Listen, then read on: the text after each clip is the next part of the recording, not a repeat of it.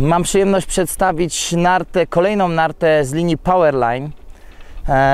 Kolejne, mogę powiedzieć, cacko majstersztyk Blizzarda.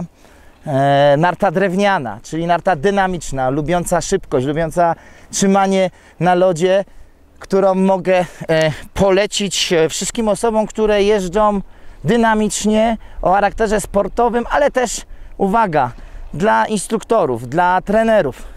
Jest to narta o rozszerzonej geometrii, czyli narta, która jedzie stabilnie po stoku, po każdych warunkach, ponieważ dziób tej narty ma 123 mm, pod butem jest 72 i piętka narty ma 105 mm.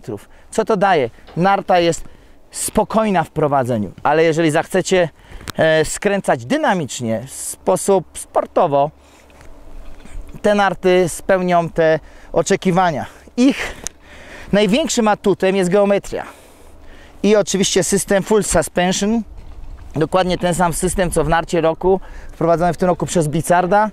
Powtarzam, serce narty systemu siłownik olejowy z ramionami przymontowanymi do piętki i do dziobu narty. Narta fantastycznie tłumi drgania przy wyjściu ze skrętu, prowadzi się bardzo spokojnie, jest absolutnie fantastycznym wsparciem przy dynamicznej jeździe. Uwaga, w każdych warunkach. Zapamiętajcie nartę G-Power FS 7.2. Jest to narta, która pracuje w każdych warunkach, od twardego betonu po warunki śniegowe, może tutaj Pan nam pokaże, prawie wiosenne. Można na tej narcie zrealizować każdy rodzaj jazdy. Polecam. Myślę, że test tych nart będzie dobrą próbą przed zakupem. Miłej jazdy.